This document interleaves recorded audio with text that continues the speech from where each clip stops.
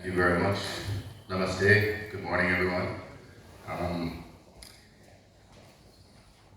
when I first got the invitation to come and speak here, I promptly turned it down because it said Central America. Jamaica is not part of Central America. However, I was later informed that this is because of the designation at the Ministry of External Affairs. I would urge you all, though, to know that this is a working title only, that Jamaica is from a region known as the West Indies. And of course, this is so due to one grotesque navigational error of a Christopher Columbus. However, we embrace the term. Those of you in the room here would be familiar with West Indies cricket. And of course, one of the reasons why you are performing so well on the cricket stage is because we taught you how to do so. And That's interesting. we continue to enforce your success and ensure that you do well. Looking all around the room, it is heartening because normally I see when I'm promoting Jamaica for investment, the demographic of investors represented here is refreshing to see so many young and youthful faces. We often, as a group of us, are constrained and challenged in events such as these, because as you will hear in the presentations, we all have very similar value propositions. And we are ostensibly competing for India's attention. So it's somewhat challenging to do so when you hear so many amazing stories. But one thing it does, it enables us to see what each of us are doing. It helps us to enhance our presentations. And there certainly have been some incredible presentations thus far. But we hope for you that it will go a longer way to facilitating your awareness of the region. Last year, we celebrated 180 years of Indian arrival in Jamaica. And in fact, the countries of the Caribbean, Jamaica, Trinidad, Guyana, Suriname, the combined Indian population exceeds the entire Indian population in Latin America by a factor of 12. So I think that should warrant us, Additional Secretary, an opportunity to have a Caribbean presentation. And we will of course invite our Caribbean neighbors, Dominican Republic and Cuba, because they are Caribbean. So I hear a lot of talk about the distance, that it's a long way away. But for a country that has gone to the moon, it's only around the corner. You're still on the same planet. And especially when 180 years ago, your predecessors made that journey when it was actually 3 to 4 months of sea voyage versus the matter of days that it is now.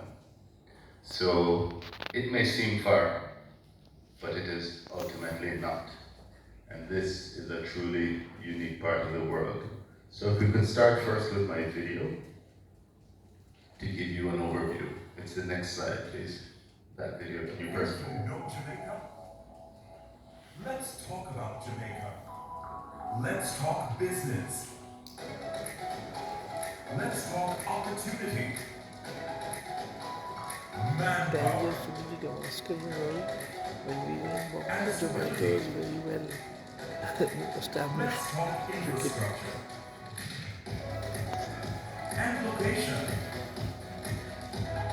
Let's talk about manufacturing. Agriculture. Energy. Logistics. Business process outsourcing. And tourism. Let's talk about your business. Let's talk vision and growth. Let's talk success.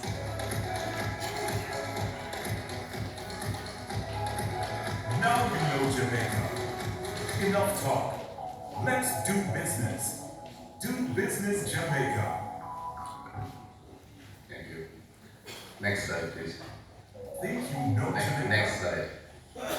So, we've often heard throughout this morning that we're all small countries. Jamaica is indeed a very small country, but it has a global footprint. When you think of Jamaica's cultural contribution, it is a veritable superpower. Jamaica has originated over 14 genres of music, and is of course renowned for reggae music among them. But it's the cultural output that is represented by this prolific nature. In addition, that prowess is presented in sport. For such a small country, Jamaica has won over a third of the total medals ever won at international sprint competition. So success has a destination, and it is Jamaica. Next slide, please. So we all speak about, next slide, we all speak about the various value propositions, and next slide, please. Sorry. And you will note a lot of similarity here, but I should really underscore the fact that Jamaica's geographic position, similar to as you've heard, is not a recent phenomenon. Back then, when Christopher Columbus was finding India, he ended up in Jamaica because of that centrality. And it is because of that centrality that Jamaica was the original maritime capital of the Western Hemisphere. Not Boston, not New York. It was Port Royal. So the value proposition is very strong. Largest English-speaking country, population 2.9 million people, a small figure when you think about it, but guess what? There are 2.9 million people in Jamaica. There are 3 million Jamaicans outside of Jamaica in our diaspora. And there are about 63 million made in Jamaica because it is the world's leading honeymoon destination. In terms of the environment for investment, we all speak about an enabling environment, and that is a key factor. But Jamaica doesn't only talk the talk, we walk the talk. The Jamaican Stock Exchange in 2015 was the highest performing stock exchange in the world, with a rally point of something in the vicinity of 176%. The next highest was Vietnam at 76%. So why is this? This is a function of the very strong fiscal programs that the government has introduced, and which is now materializing in great benefit to investment, both local and domestic. The incentives are many, but among them is the special economic zone, which I should point out is located, special economic zones are located throughout the island, but there are some that are particularly interesting because of their location and proximity to the port and the airport. And of course, the very favorable economic incentives, which are in line with the best you'll see around the world. To give you a sense of how far Jamaica is, we're approximately 16 and a half hours flight from India, but unfortunately there are no direct flights. But this is not a problem because this is a country that receives over 700 international flights weekly across 3 international airports. Well, now the figure has risen to 949 flights weekly. And so within that 4-hour flight radius is more than half of the population of the Americas. In terms of sea, I spoke about the port of Kingston and Port Royal with its historic significance. But what's particularly interesting is this has emerged as one of the leading transshipment ports of the Caribbean, with over 25 shipping lines and handling something in the vicinity of 3.2 million 20-foot equivalent units. That's quite substantial when you think about the flow of container traffic through the region. So in terms of our key focus sectors for investment, they are logistics, naturally. And this is enabled not only by the port infrastructure, but by the human resource capacity. When you think of Jamaica just as 2.9 million, it would be remiss of you to not consider the 18 million consumers throughout the Caribbean. And again, based on that earlier slide where I showed you the proximity, the much wider region. And we, of course, have very favorable trade agreements with the Americas, Caribbean, and Europe. Recently, a measure was announced with a neighbor of ours in the north, which is very popular among your Indian diaspora in terms of work. And that meant that a work visa is now valid at $150,000 US. Instead of buying that visa for $150,000, you can invest in a prime piece of real estate on the coast in Montego Bay and work there for free. We have a very strong and viable proposition. There are multiple areas to invest, and we'll just go through them and I'll be quick now. Global digital services is one which we are all talking about. You've heard mention of trade of various goods, coffee, agricultural produce. Jamaica's agricultural output, because of its size, is relatively small, but because of it being an island, there's a Darwinian principle that applies to anything that is produced in Jamaica. So in wine, you speak about the terroir, the land, the rainfall, the sunshine. Jamaica is its own unique terroir, with abundant rainfall that filters the water through karstic limestone, fueled by organic volcanic soil. This leads to the creation of the finest rum in the world. And I say that noticeably among my colleagues because we all say we have the finest rums. But you can ask them which one of them are geographically indicated. And the same would apply for our Blue Mountain coffee. Jamaica's coffee output is the equivalent of 1 day of Colombia's output, or 1 day of Brazilian output. But the value of a pound of Jamaican Blue Mountain coffee versus that of coffee from any other country is quite distinct. I believe a pound of Blue Mountain coffee in London now goes for about 30 pounds versus 3 pounds.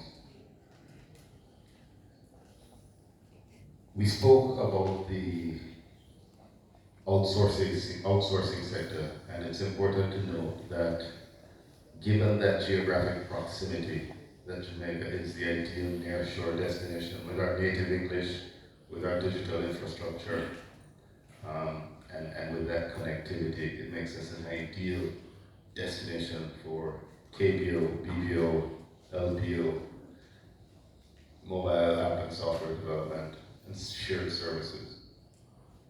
So there are some very strong points here. Chief among them is to note that there are over 65 multinationals operating in Jamaica, servicing North America and Canada primarily.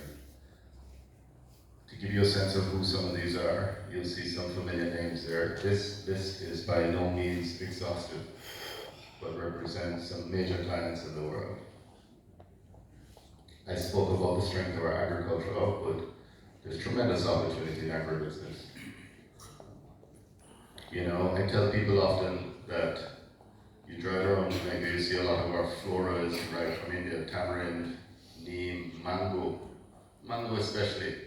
The Alfonso mango came to Jamaica and we call it the Bombay. But I am most curious. I'm curious about many things, but I'm most curious about the expression on your face when you go to Jamaica and taste the Alfonso's cousin, the Bombay mango. And you will be surprised at what that transition do. By a show of hands, how many people in this room have been to the Caribbean? excluding my colleagues.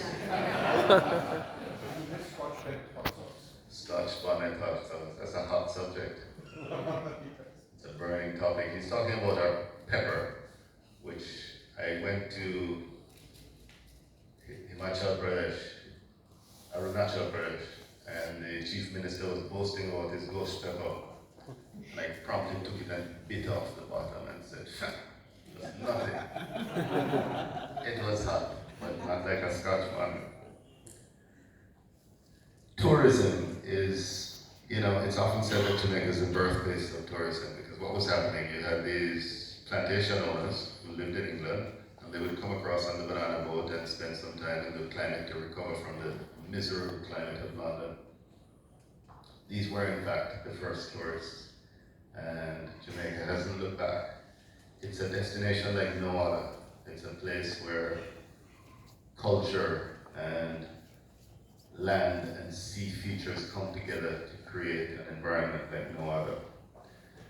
And as a result, we have a number of multinationally branded hotels. There are over 40,000 hotel rooms in Jamaica, with an additional 5,000 slated in the next 2 years. Not only is there scope for these